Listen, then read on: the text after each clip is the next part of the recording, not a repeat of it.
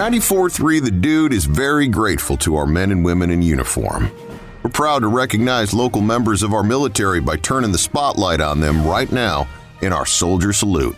I'm your host, Sergeant First Class Retired Don Sorensen, and on today's Soldier Salute, we're speaking with Command Sergeant Major Lamont Christian, the former Post Command Sergeant Major for Fort Jackson, the Army's premier training post. Command Sergeant Major Christian, tell me about yourself. Well, to start off with, I guess any good story you tell about where you're from and where you were born and raised. So I was born and raised in Brooklyn, New York, to a single mother home. And we continued to live in New York until about early 70s when my father came into our life and decided that he wanted to marry us, my mother and I. So we relocated from New York to Fayetteville, North Carolina, where my father was serving in the 82nd.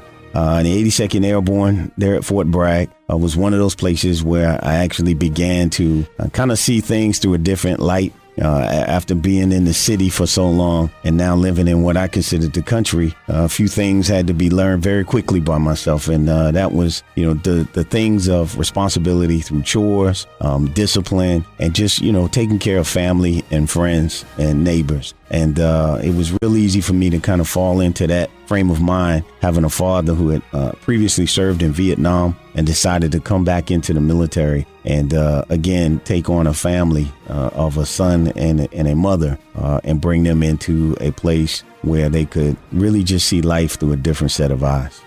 Command Sergeant Major Christian, why did you join the military? It's funny you would ask. I actually had no desire whatsoever to join the military. After watching my father, who again was serving in the 82nd Airborne, he was consistently deployed somewhere in the field, just not available to be that father that could be at a football game or a wrestling match. And so it was pretty, easy for me to see that was probably something I did not want to participate in. But what I will tell you is I did see something that I didn't realize until much later, even in my own military career, which was the camaraderie that was there between my father and his friends. This didn't happen until a few years after I graduated high school.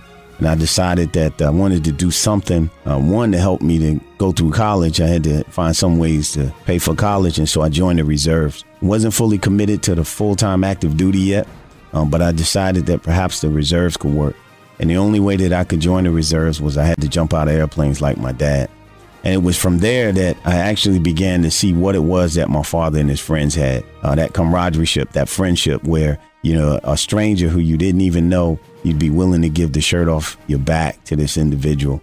That bond that was there that you couldn't describe to just anyone who would perhaps not quite understand what that bond was when it came to military friendship.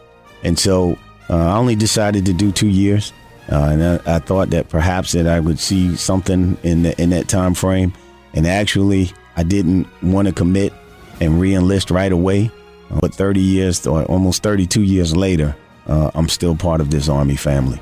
Command Sergeant Major Christian, it sounds like even way back when you first joined, you didn't really know that that's what you wanted to do for the rest of your life. Did you ever imagine that one day you would be the Command Sergeant Major of Fort Jackson? It's funny you would say that. I tell you, I actually had no desire to make the military a career. I knew I wanted to do something community related, if you would, to give back. So I knew I wanted to be part of something bigger than myself. I just didn't see it being the military, especially with the experiences I had with my father. I mean, as a matter of fact, my graduation night from my high school, he was actually in Egypt as part of the multinational peacekeeping force and observers. So a lot of that was still in my mind and was a determining factor in me not committing and re-enlisting. So yeah, I was doing 2-year extension, a 1-year extension, never actually deciding that I wanted to raise my right hand and fully commit to an Army career. But here's some real irony. So I attended basic training at Fort Jackson as a reserve soldier. And about 3 years later, I did make the decision that I was going to try this active duty Army thing out. And I said, hey, I'll go ahead and join active duty. And so once again, I said I had to take on a tough job. Instead of just jumping out of airplanes and packing parachutes, I decided I wanted to be infantry. So I came in to be an infantryman.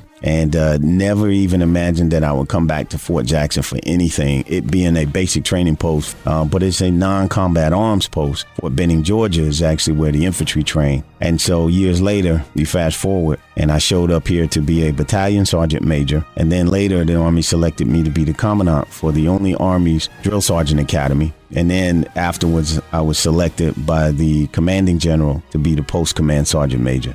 Never imagined in my wildest dreams. Command Sergeant Major Christian, can you tell us some of your favorite memories or stories about your service? That'd be really hard because I guess I would have to break it down by each decade over the 30 plus years. Really, the one moment in time that I could look back that was most impactful for me was when I served in the 101st as a battalion sergeant major. I deployed with a unit of dedicated infantrymen to an area in Afghanistan that was infamously known as an area that was rich with enemy activity. We went into that area knowing that we were going into Badlands. With that deployment, we were actually able to deploy and redeploy back to Fort Campbell, Kentucky with every soldier that we left the United States with. That was almost unheard of, especially considering that the area that we went into, we actually closed down and turned over several of the forward operating bases to the Afghan Army and a couple of the combat outposts as well. This was a significant event simply because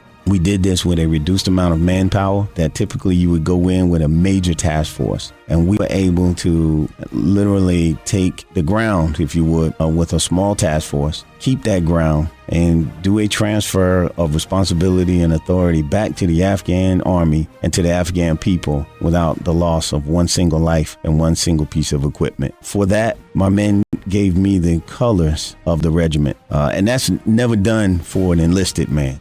But my men, to include the commander, came to me and said that I was the one that kept that formation together. And I will tell you that was an emotional moment simply because it was a powerful moment where I recognized that my ability to lead men and their ability to follow, it paid dividends in the end when I was able to bring them all home to their families. That was pretty significant. Command Sergeant Major Christian, you just mentioned the Gatorade commercial, and I did hear that MP3. Tell our listeners just a little bit more about that. I served as an Army drill sergeant at Fort Benning, Georgia. One of the things that we did was we were famous at Fort Benning for singing the military cadences that was pretty popular in the 80s and the 90s. And as we transitioned from, cassettes, some of your listeners even know what I'm talking about there, to CDs, and then eventually the MP3, iTunes, and whatnot on the internet. And what happened was the company that recorded the original Run with the Army Airborne, Run with the Army, the Marines, and one day they came out to the Army Drill Sergeant School at Fort Benning, and they requested to listen to a few of us sing Army cadences. And we took the students out and we ran around, believe it or not, a parking lot. And they had the old furry microphone boom, and the guy had a box on his chest and some big headphones. And they followed us around the parking lot for about an hour. And at the time, I was probably one of the more popular cadence callers in the drill sergeant school. And so they asked me to sing my 5 or 6 popular ones. But I sang those 5 or 6. Fast forward, and my son happened to be he was looking for some workout music. I was actually deployed in Afghanistan, and he shot me a note with the link, and he said, "Hey, do you know who this is?" And I played it.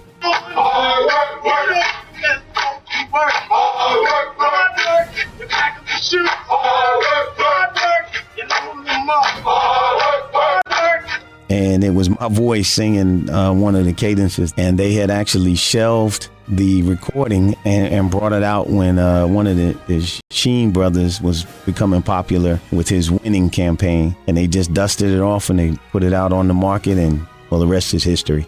Command Sergeant Major Christian, what advice do you have to a young soldier that wants to someday be a Command Sergeant Major?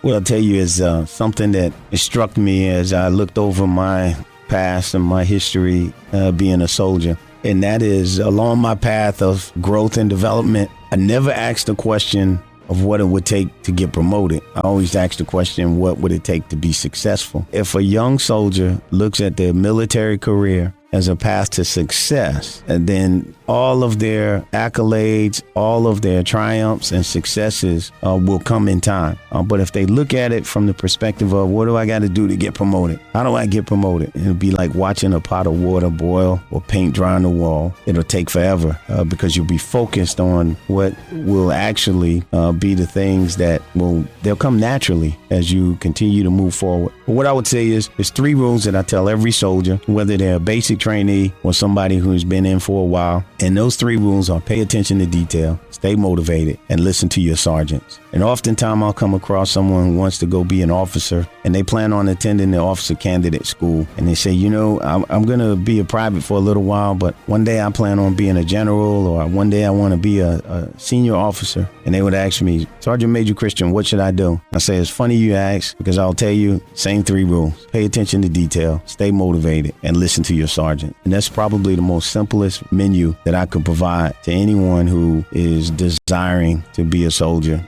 and be successful.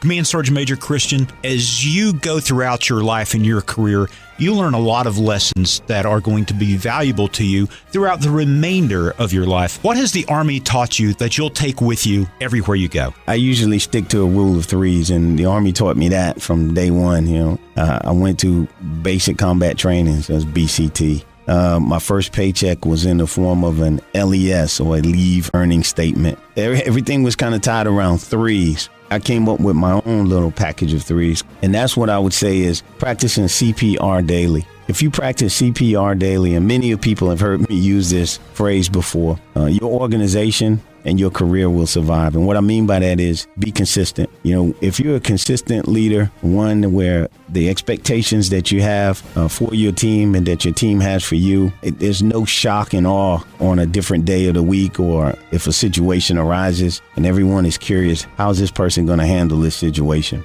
Consistency will ensure that everybody knows which way you're going to go, when the times are good or when the times are bad. Be professional. One of the things that helps an organization do well, and it helps your reputation as an organization, your reputation as a person, is if you remain professional. It's kind of hard, when emotions are high and tension is really tight. You may throw out a curse word or a swear word or something to get people's attention, but that's kind of that moment, and it's understandable, especially if you've been consistent. You're professional. You deal with people in a professional way. Your respect line will go a long, long way. And the last thing I would say is be relevant. With technology, you can get left behind very quickly. Years ago, when I first came up with this mantra of CPR, and I would talk about how you might walk into a room one day and tell your TV to turn on, and you could change the channel just by telling the TV what channel you wanted to watch or what episode. And here we are today. That technology exists. So, your imagination is the only thing that's going to hold you back. But if you don't remain relevant, you'll get left behind. That's what I would share with anyone. And that's be consistent, be professional, and be relevant.